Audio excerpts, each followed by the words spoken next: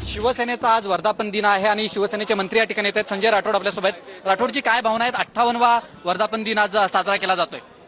अतिशय आनंद आज होतो आहे. गेल्या अनेक वर्षापासून वंदनीय शिवसेना प्रमुखांनी शिवसेनेचं रोपटं लावलं आणि आज तेव्हापासून सातत्यानं आम्ही शिवसैनिक म्हणून काम करतो आहे.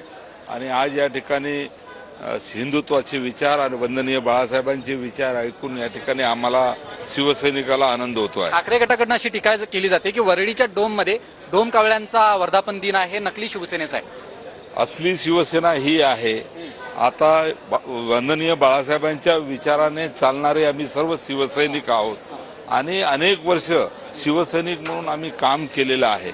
कधी आयुष्यातही वाटलं नव्हतं की आम्ही आमदार बनून जाऊ, आम्ही मंत्री बनू.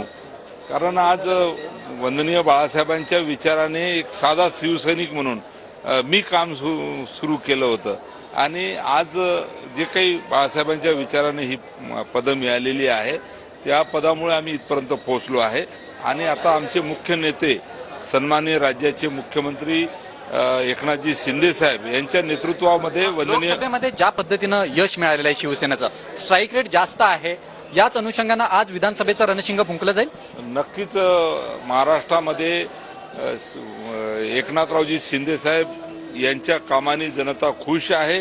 या ठिकाणी आज जर आपण पाहिलं तर मोठ्या प्रमाणात या निवडणुकीमध्ये अपप्रचार केला गेला, वेगवेगळ्या गोष्टी सांगितल्या गेल्या, म्हणून जे काही या ठिकाणी खऱ्या अर्थानं परिस्थिती निर्माण झाली. परंतु परिस्थिती अशीच होती की महाराष्ट्रामध्ये 45 पार असाच या ठिकाणी नारा या ठिकाणी जो दिला होता त्यानुसारच परिस्थिती बदलणार.